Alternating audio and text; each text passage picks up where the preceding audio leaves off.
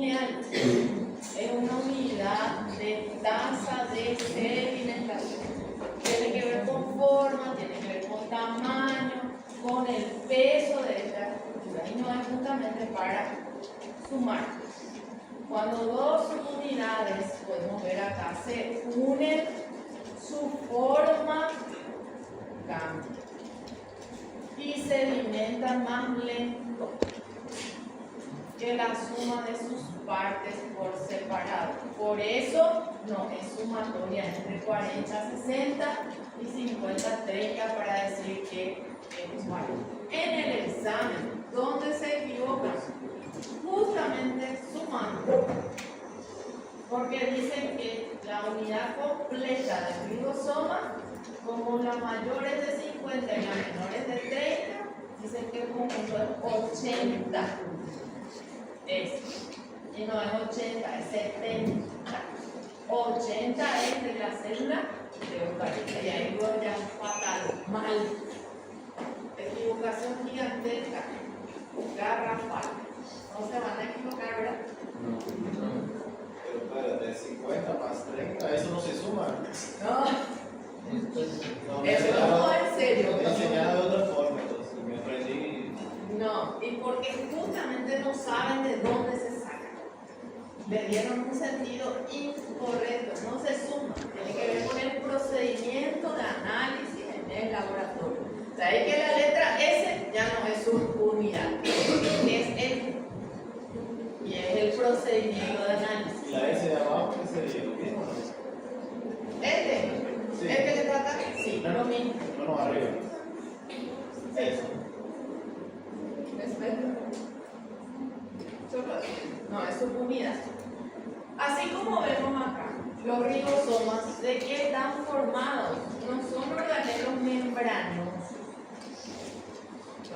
¿Qué quiere decir que sea membranoso? Tenga que tener fosfolípidos, pero no tiene fosfolípidos. ¿Qué tiene? Tiene proteínas. Ustedes pueden ver aquí están las representaciones. Y además de eso, siempre decimos que tiene ARN ribosómico. O sea, tiene ARN con diferentes cantidades de nucleótidos. Eso varía. Pregunto, ¿es un falso verdadero?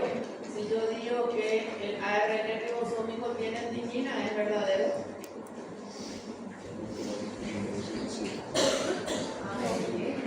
Si el ARN ribosómico tiene timina, porque recuerden que acá dice que ARN, este por ejemplo dice que tiene aproximadamente 1500 nucleótidos. Un nucleótido es un glucofosfato, una ribosa y con una base nitrogenada.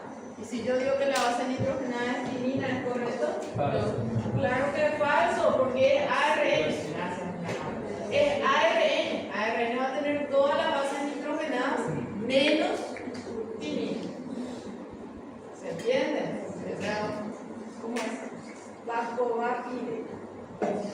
Cáscara de banana.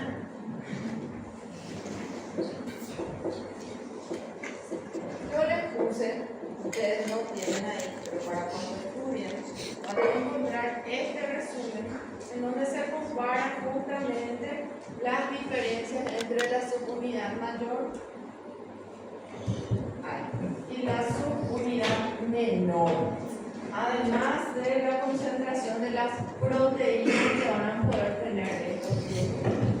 Es importante que ustedes consideren estas diferenciaciones entre ribosomas porque hay fármacos que más adelante ustedes van a ver que tienen acción justamente sobre los ribosomas procarióticos y no sobre los eucariotas. Bueno, la clase pasada creo que yo hice un diseño en esa pizarra y estuve explicando este punto. Estuve mostrando cómo en una célula eucariota se hacía la síntesis de proteínas. Primero que decíamos que tenía que ocurrir transcripción, hacer un copiado del cromosoma cromosoma, un copiado de un gen, y que cuando se copiase, en el caso de las células eucariotas, iba a salir una copia muy grande, porque había reliquias evolutivas. Esas reliquias evolutivas se les llamaba intrones, que no sirven para síntesis proteica. Y nosotros decíamos que había que sacar los intrones, hacer recorte para sacar esos intrones y volver a pegar y dejar solo lo que sirve. Y lo que sirve se llama exón. Entonces, después de hacer transcripción, y vamos a tener el ARN transcripto primario o heterogéneo nuclear, que iba a tener que hacer splicing, sacar los intrones y dejar los exones, hacer madurar el ARN mensajero, colocarle caperuza, era una protección para cuando salga acá por el poro nuclear no se desintegre la punta, y tenía que colocarle una cola poli A para que no se desintegre hacia la parte de atrás. Eso siempre hablando de célula eucariota. Y una vez que mi ARN mensajero salía al citoplasma, con el ribosoma podía sintetizar proteínas. ¿Dudas hasta ahí? ¿No? Vale. Entonces, en una célula procariota no hay envoltura nuclear. Hay un sector en donde está el ADN. Es circular, sencillo, no tiene empaquetamiento. Entonces, cuando se copia el gen, ¿cuál es la diferencia de este ARN recién copiado con este ARN de célula eucariota? Ya acá yo tengo intrón y acá no hay. Las bacterias no presentan en su ADN reliquias evolutivas. Entonces, cuando se copia el ARN, no necesita ni de caperuza ni de cola poli A, porque no hay envoltura nuclear, no necesita hacer splicing para sacar los intrones, porque él es pura información para síntesis proteica. Supuestamente, cuando se compara el ADN eucariota de un ser humano con el de una bacteria, se asume que como es más grande, va a tener mayor información de síntesis de proteínas, porque es más grande. Y no. Lo que tiene la bacteria es lo justo y necesario solamente para sintetizar las proteínas que ella necesita. Y nosotros tenemos demasiada información que no sabemos para qué sí. Que son los intrones, están ahí, que hacen con que el ADN sea más grande y más grande. Entonces, volviendo acá, hay una característica que nuestro ARN de célula procariota difiere ya con la eucariota. No vemos intrones, no tiene caperuza, no tiene cola poli A. Y en la imagen de abajo, que después ustedes pueden ver en forma de videito cuando yo les pase, van a poder observar este dato. Lo voy a hacer correr a ver si me permite. Se acerca más la imagen. Ahí. Hay diferencias entre células eucariotas y procariotas. Eso se está mostrando acá entre ARN mensajero. Y es que justamente podemos ver que se inicia tanto células eucariotas como procariotas desde un extremo 5' y termina hacia acá 3'. Lo primero que vemos en el procariota es un sector que se le llama región no justamente codificante. No tiene información para la síntesis de la proteína. Y después tenemos un sector muy especial que se está marcando acá, que es el sector donde se va a sentar el ribosoma, que se le llama Shane-Dalgarno. Ese sector Shane-Dalgarno no hay acá en la representación de ARN mensajero eucariota. Solamente el sector chain Dalgarno es para ARN procariota. Además de eso, tenemos que tener en cuenta que van a haber varias regiones no codificantes y regiones que sí van a tener información para la síntesis de proteínas. En células eucariotas, el ARN mensajero ¿sí? va a tener también un sector no codificante, acá hacia el principio, y va a tener un sector en donde el ribosoma se va a sentar, que es el primer triplete que va a aparecer acá. Ese primer triplete, tanto en eucariotas como en procariotas, tiene la sigla AUG. ¿Qué significa AUG? Iniciación, pero es un código de qué aminoácido? Metionina. Entonces, la metionina que se va a extraer de acá, procariota, y la metionina que se va a sacar de acá, eucariota, tiene una diferencia. Yo les coloqué, ustedes en esta información, cuando les pase van a poder observar. ¿Cuál es la diferencia? El nuestro tiene solamente información de metionina, el aminoácido normal. Y el de procariota tiene metionina con un grupo químico, de función química, que es formil. Por eso se le llama formilmetionina.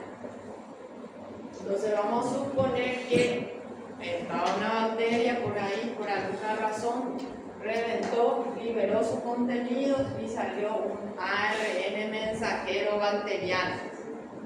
La secuencia de información para la formilmetionina es reconocida por nuestro sistema inmunológico para saber que está siendo atacado por bacterias o no. Y además de eso, nosotros ya dijimos que hay un sector en donde el ribosoma de la célula procariota va a reconocer la iniciación para la lectura de proteínas que se llama chain Dalgarno. Eso es células procariotas. Nosotros no tenemos chain Dalgarno. Nosotros lo que tenemos es una estructura de protección para ese ARN mensajero que se llama caperuza. Bueno, después el resto ya es lo mismo. Hay que tener en cuenta más adelante, nosotros vamos a hablar otra vez de las subunidades ribosómicas procariotas cuando mencionemos los fármacos que tienen sensibilidad o que se ven afectados justamente cuando nosotros consumimos un antibiótico. ¿Cuál, por ejemplo, es un fármaco que se vaya a actuar sobre los ribosomas? Las tetraciclinas. ¿Escucharon? Tetraciclina es un antibiótico que justamente va a actuar sobre la unión de ARN de transferencia. Después tenemos otros antibióticos, por ejemplo los macrólidos. Un ejemplo de macrólido sería una eritromicina. ¿Escucharon? Bueno, una eritromicina, por ejemplo, va a actuar sobre la subunidad 50S de una célula procariota. Tiene también la streptomicina, cloramfenicol. ¿Escucharon? El cloramfenicol seguramente no habrán escuchado todavía porque está prohibido en muchos países. Acá no está prohibido. Como siempre. Pero hay cosas buenas que ustedes no tienen. Pero el cloramfenicol es otra historia. Él actúa justo en el ribosoma cuando se va a formar el enlace entre aminoácido a aminoácido, el enlace peptídico, en la subunidad 50. Entonces, me voy a retener un poco sobre el cloramfenicol. A ver si tengo acá, si me permite,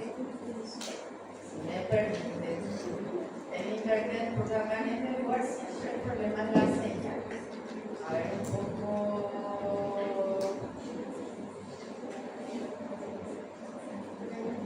Porque recién lo tenía, así que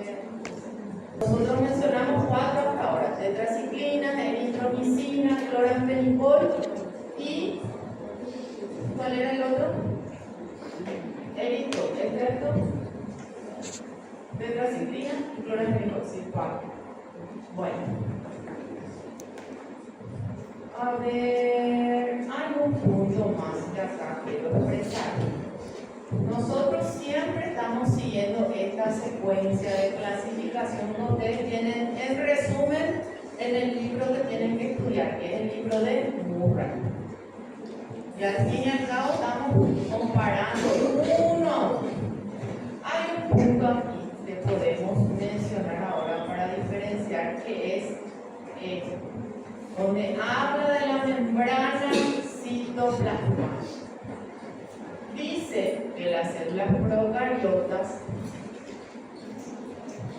acá, sin hidratos de carbono ni esteroles, y en el caso de eucariotas con esteroles e hidratos de carbono. Yo les pregunto a ustedes, cuando habla de esteroles, ¿de qué componente es lo que está mencionando? Nosotros ya sabemos que una membrana plasmática va a tener fosfolípidos.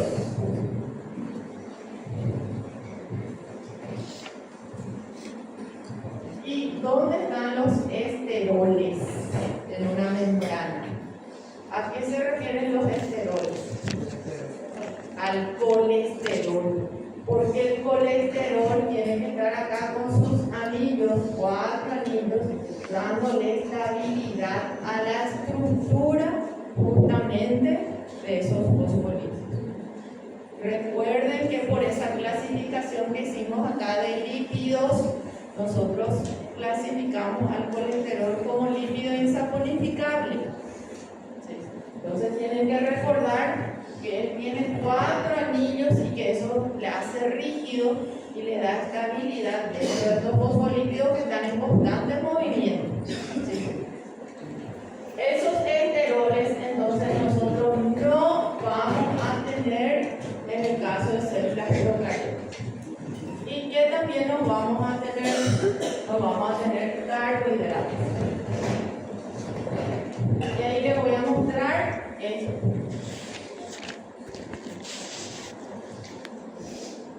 Ustedes tienen esta imagen en algún lado. Acá se compara un poco al respecto de qué componente de carbohidratos se puede confundir como parte de la membrana. La membrana en sí, de células procariotas, está formada por fosfolípidos. Y de hacia afuera se puede encontrar una estructura que está denominada como cápsula. La cápsula le da protección a las bacterias. Es un factor de virulencia, decimos nosotros. ¿Por qué? Porque le evita esa cápsula de que estas bacterias sean fagocitadas. Hacen con que sean escurridizas.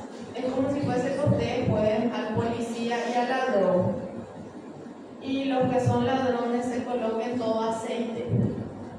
Entonces el que es policía va a intentar agarrarle, pero va a tener un mecanismo para escurrirse. Esa es la función de la cápsula. Puede también servirle para que ella se pueda adherir sobre las superficies. Puede servir para que le proteja del medio externo, ¿sí? Entonces, cuando nosotros visualizamos en el laboratorio una bacteria con cápsula a través de la tinción, se ve así. La cápsula no se tiñe. ¿Y por qué estoy mencionando las cápsulas si estábamos hablando de membrana plasmática o membrana citoplasmática? Porque decíamos que la membrana no tiene carbohidratos, solo fosfolípidos. Pero de hacia afuera de la membrana puede estar la cápsula. Y la cápsula sí puede tener carbohidratos. Generalmente está formado justamente por carbohidratos. Pero la cápsula no es lo mismo que la membrana citoplasmática. Por fuera. No confundir eso. ¿Y cómo es en una célula eucariota? Como vemos hacia este lado. Tiene acá proteínas, ¿verdad?, en su bicapa, y tiene estas estructuritas que están acá, que son los carbohidratos. Los carbohidratos se pueden desprender de los lípidos. Entonces hablamos de glucolípidos. gluco porque tiene carbohidratos acá y acá en la parte lipídica. Seguramente ustedes ya vieron cerebrócido, globócido, gangliósido, sulfátidos, son estos que están acá. Y tenemos algunos otros que se desprenden de proteínas. Esa es la característica de una célula eucariota. Esos carbohidratos que están hacia afuera son los que forman parte de lo que nosotros conocemos como glucocáliz o glicocáliz. Ejemplo, y acá tenemos, ¿verdad?, una representación de cómo las glucosas entran en células musculares. La glucosa, para poder ingresar en una célula, necesita de un transportador especial. Es una familia de transportadores, se llaman GLUT.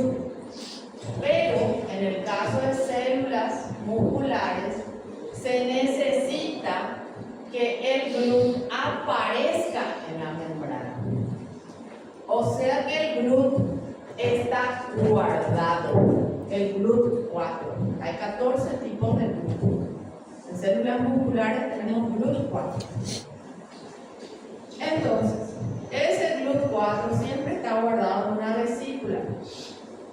Para que él aflore en la membrana, alguien le tiene que avisar que hay glucosa afuera y que tiene que salir y expresar en la membrana ese GLUT 4.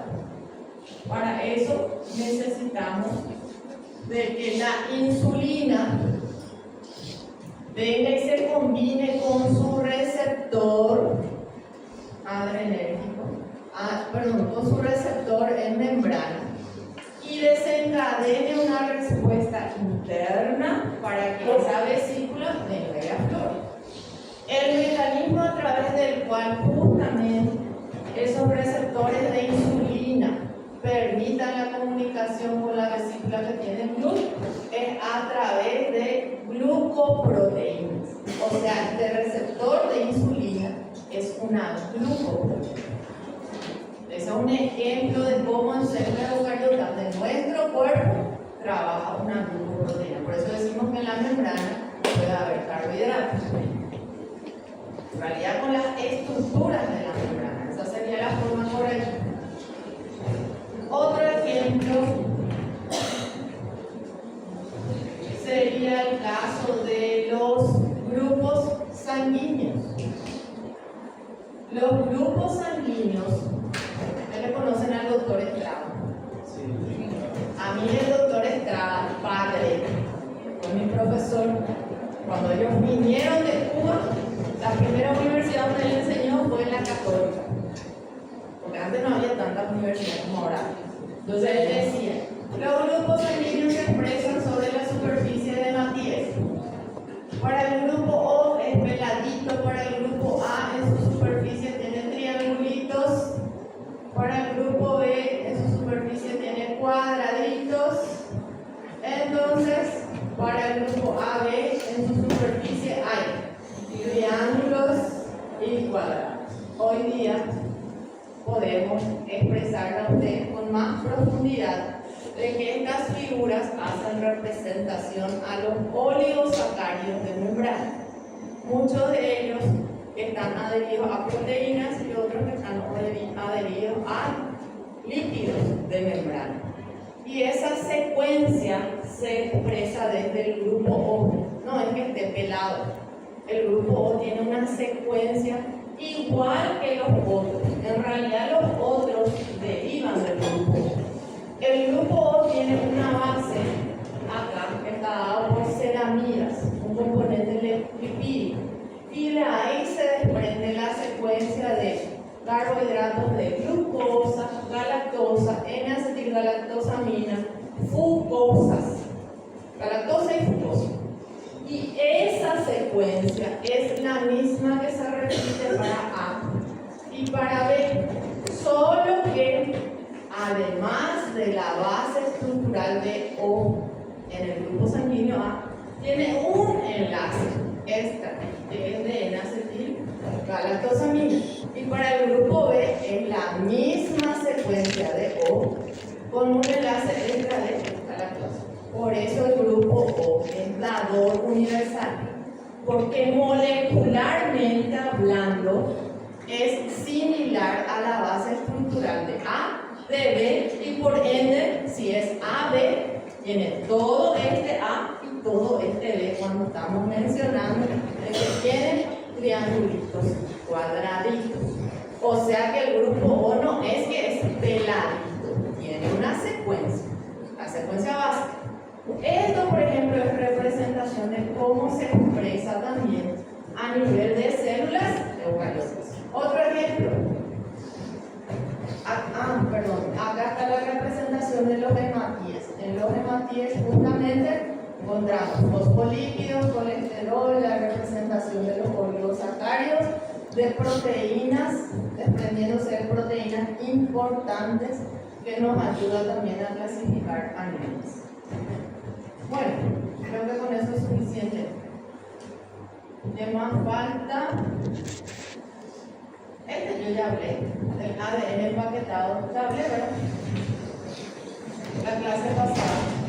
Y el de la célula procariota no está empaquetado, es solamente circular, y del eucariota está empaquetado con las histonas, y que las histonas forman un octámero,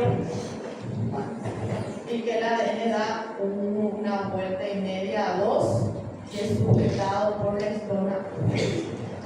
Bueno, si es así, prácticamente hemos terminado nuestra clasificación. Prácticamente, ¿por qué no totalmente? Porque hay un punto que nos falta diferenciar. Y ese un punto que nos falta diferenciar en células procariotas es lo que nos ayuda a diferenciar las bacterias gram positivas de las gram negativas. ¿Qué es lo que tenemos en las bacterias en su pared celular? El famoso peptidoglucano. Y ahora sí vamos a adentrar más a nosotros. ¿Cómo es el peptidoglucano? Primero tenemos que saber en dónde está. Está por fuera de la membrana citoplasmática de las bacterias. En este caso estamos hablando de una bacteria gram positiva y vemos que estos hilos fucsia están representando al péptido, al peptidoglucano. Además de eso, hay unas estructuras de color azul, celeste y verde. Antes se le llamaban toxinas, endotoxinas, porque están dentro de la estructura. ¿Y cuáles son esas para las gram positivas? Son los ácidos teicoicos. Si el ácido teicoico está solo entre el peptidoglucano, bueno, se le llama ácido teicoico. Si el ácido teicoico se desprende desde la bicapa, se le dice ácido lipoteicoico. Lipo, ¿por qué? Porque se desprende desde los lípidos. Y eso solo vemos en bacterias gram positivas. ¿Cómo es en bacterias gram negativas? Hay también peptidoglucano. Acá se ve el hilo de color fucsia, finito, finito.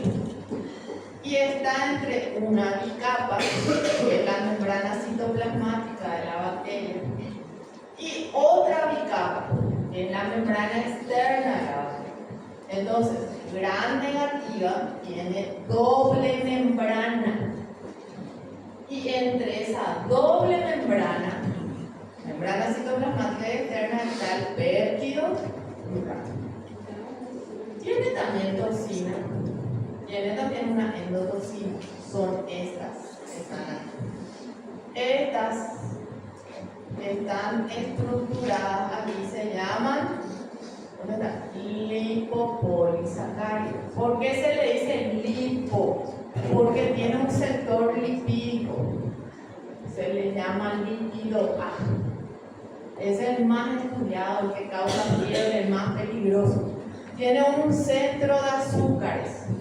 Y a partir de 5 azúcares, y a partir de ese centro se desprenden cadenas de secuencia de azúcares, de carbohidratos. Por eso es lipopolisacárido. ¿Sí? Eso solamente vemos en este caso en bacterias gram negativas. Ustedes ya habrán escuchado el caso de la penicilina, que es un antibiótico. Entonces, él inhibe las transpeptidasas justamente en los sectores de cruce del peptidoglucano. Pero acá yo no veo el cruce. ¿Dónde es lo que se cruza el peptidoglucano? Acá está solo diseñado como hilo fucsia. Entonces vamos a estudiar el entramado. El peptidoglucano es como una red de pescar.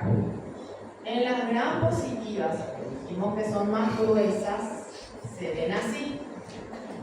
Entonces, hay un entramado en este sentido y también en este sentido, vertical y horizontal. ¿Y por qué se le llama peptidoglucano? ¿Dónde están los glucanos? Los glucanos son las M y las G que se están mostrando acá. Entonces, ¿qué representa la letra M? Nombre corto, mureína. Nombre y apellido completo, ácido N-acetil murábico. Y la G, glucosamina. Nombre y apellido completo, ácido N-acetil glucosamina. Estos son los glucanos. ¿Sí? ¿Y dónde está el sector peptídico? Es lo que está de color verde. Entonces, tengo hileras de mureínas intercaladas con hileras de glucosamina. La mureína con la glucosamina son carbohidratos, son azúcares y ellas se enlazan. El enlace entre los azúcares, ¿cómo se llama? Enlace glucosídico. Entonces, entre mureínas y glucosaminas tengo enlaces glucosídicos. Ahora falta el otro entramado de la red, que es lo que vemos acá en color verde. Y eso está representado aquí. ¿Sí? Vamos a tratar de agrandar ese sector. A ver, acá. ¿Qué tengo de secuencia? El sector peptídico. Y tengo un tetrapéptido que está formado por alanina, glutamato, algunos dicen glutamina, que es el segundo, lisina y alanina. 4 aminoácidos, por eso un tetrapéptido. Eso se desprende desde una mureína. Y de otra mureína se desprende el siguiente tetrapéptido, la misma secuencia: alanina, glutamina, glutamato, lisina y alanina. Y luego que tengo que se une, se enlaza un tetrapéptido con el otro. ¿Y cómo esto se da? Se da a través de un puente de pentaglicina. ¿Por qué penta? Porque son 5 aminoácidos del tipo glicina. Y me une el tercer aminoácido de un tetrapéptido, que es glicina, con el cuarto aminoácido del siguiente tetrapéptido, que es alanina. Esa es la secuencia en gram positivos. ¿Preguntas? Vamos a ver en este caso es de las gram negativas. El dato, hay que tener en cuenta que este entrecruzamiento es súper alto en gram positivas. Encima que ya es grueso el peptidoglucano, el entrecruzamiento se da en un 90% entre las gram positivas.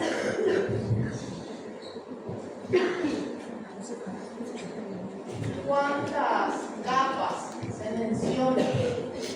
Algunos mencionan hasta 40 capas.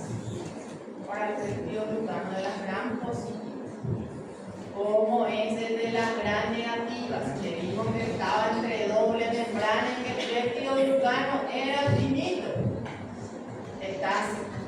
Tenemos también nuestros glucanos, ureínas, glucosaminas, ureínas, glucosaminas, intercaladas. Y la parte peptídica, y vemos que hay los tetrapéptidos, pero no en todas las partes se unen. ¿Sí? Entonces acá hablamos de un entrecruzamiento bajo, solo de 20%. En gram positiva eran altos, 90% más o menos, y hasta 40 capas aproximadamente. ¿Y cuántas capas de peptidoglucano hay en una gram negativa? Una o dos capas. Finitos peptidoglucano. ¿Sí? Entonces, máximo loso entre cruzamiento 20%. Acá vamos a mirar cómo se da la parte del péptido. La parte peptídica se da también por un tetrapéptido igualito que el anterior, excepto en el tercer aminoácido. El tercer aminoácido gram positiva era lisina y acá se llama ácido diaminoquinérico. Y también se une a través de un puente de pentaglicina. No dice acá pentaglicina, pero este amarillo representa la pentaglicina. Y se une con el cuarto aminoácido que era alanina. El problema está en el tercero. Ahí difiere la creación. ¿Sí? Nombre completo es ácido mesodiaminoquinérico. Es su nombre completo.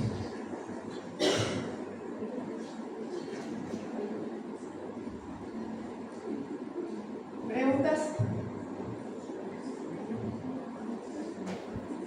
¿Cómo se unen los aminoácidos uno con otro? ¿Cómo se llama el enlace? Peptídico. Entonces, resumiendo, sean gram positivas o gram negativas, los ácidos N-acetilmurámico se van a unir a los ácidos N-acetilglucosamina por enlace glucosídico y los péptidos se van a unir por enlaces peptídicos, en donde la secuencia de gram negativas es un puente de pentaglicina entre ácido mesodiaminoquinérico y alanina, y las gram positivas es el aminoácido lisina y alanina. Lisina y alanina. ¿Dudas? ¿Preguntas? Yo tengo una duda. ¿Por qué acá dice L y B? ¿Qué significa eso? ¿De qué? Es correcto, pero ahí dice la posición de qué. ¿Cuál?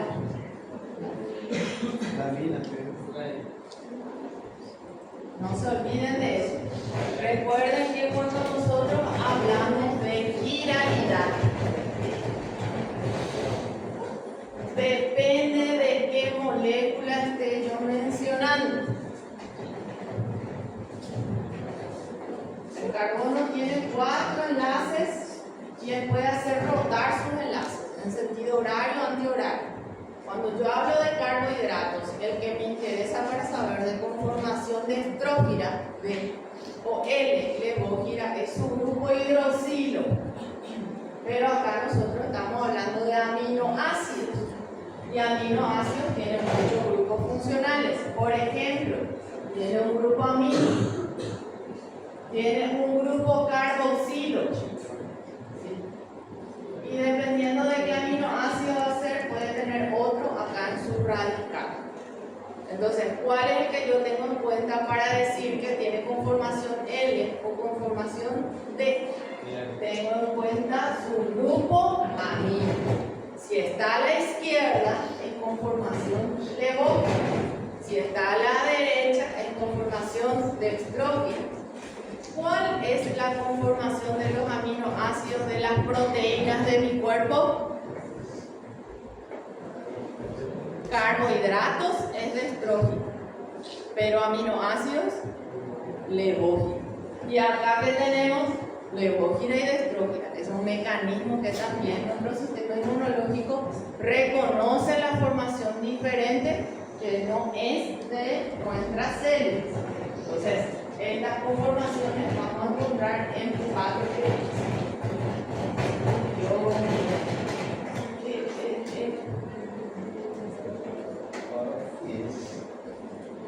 Con eso creo que podemos expresar la mayor parte de diferenciación que tenemos en nuestro libro de Murray cuando hablamos de célula eucariota, célula procariota, con respecto al tamaño de la célula, el núcleo, los organelos, los flagelos, el glucocal, la pared celular, su membrana citoplasmática, su citoplasma con organelos o sin organelos, su ribosoma y la disposición de su ADN respecto a si tienen histonas o no.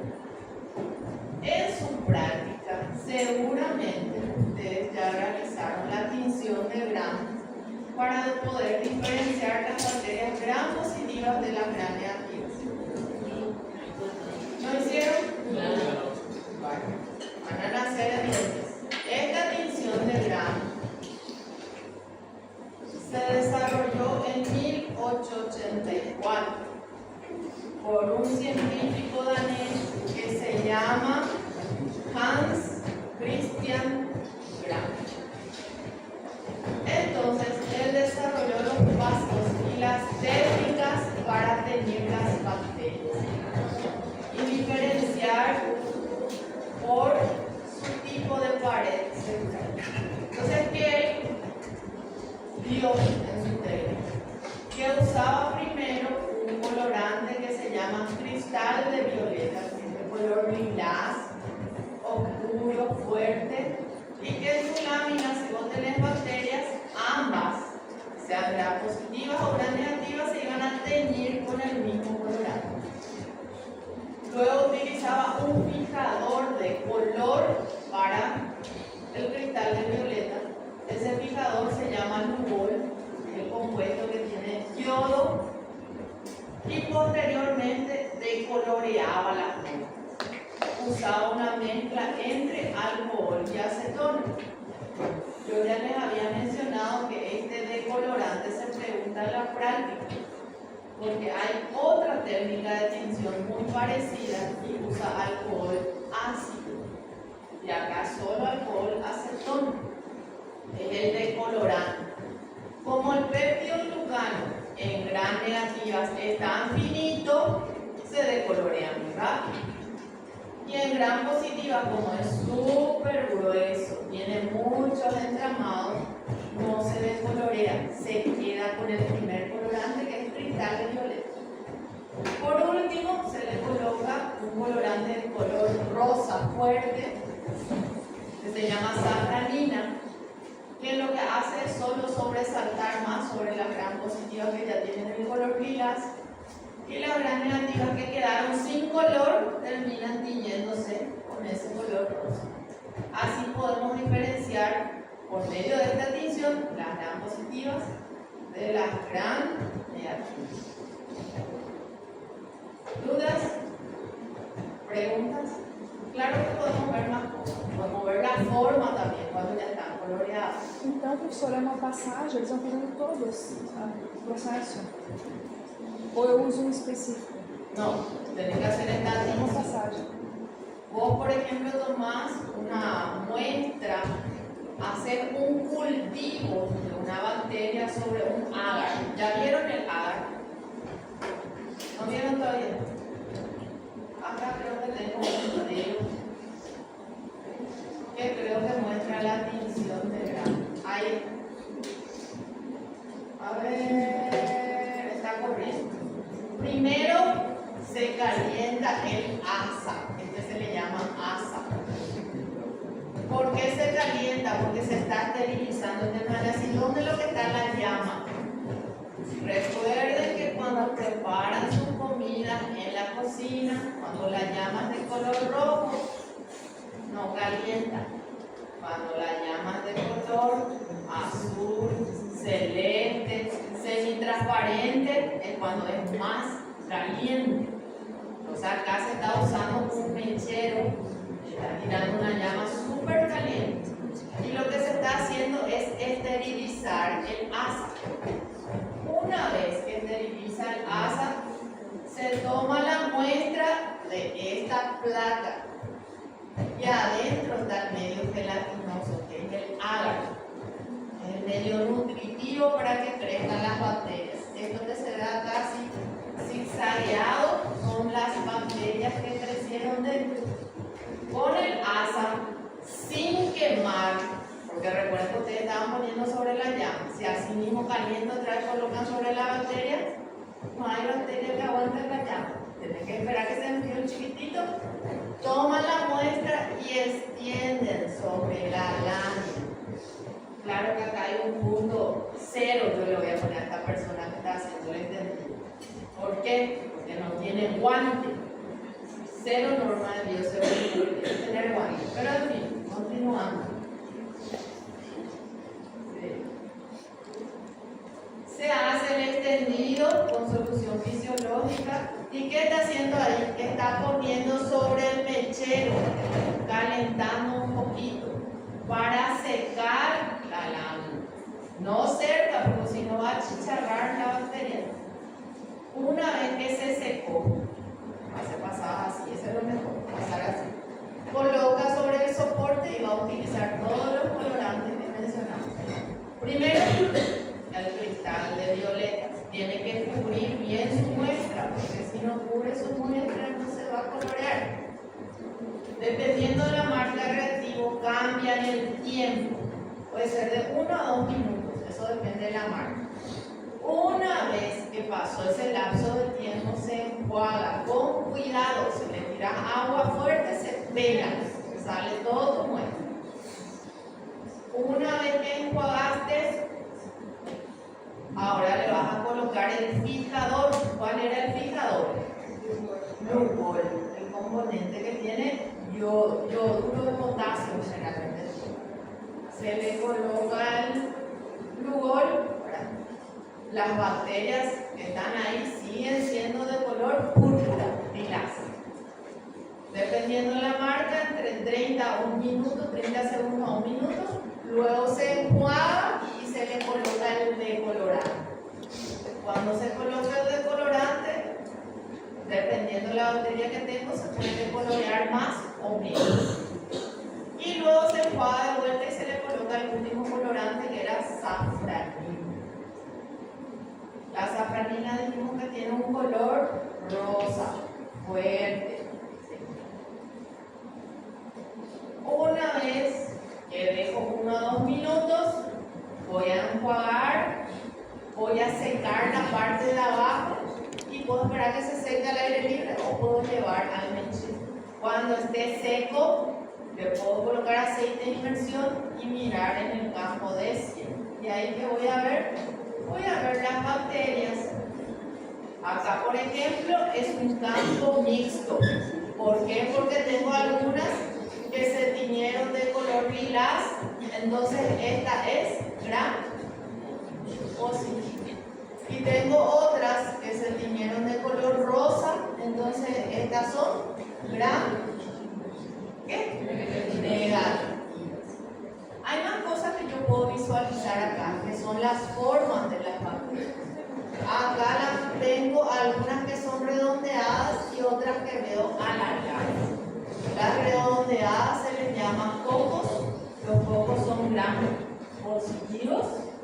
Y estos que son alargados son bacilos. Entonces los bacilos son gram negativos. Y eso es lo que a ustedes se les pide informe en sus prácticas. ¿Qué observaste? ¿Gram positiva o gram negativa? ¿Cocos o bacilos? Ya hay más formas que después podemos ver. ¿Dudas? Bueno, voy a contarles una anécdota. O ya les conté la anécdota de mis alumnos que se tiraron ¿Qué es eso? Ya. ¿Qué? Ya. Ah. Yo ya les conté la anécdota de mis alumnos que se derramaron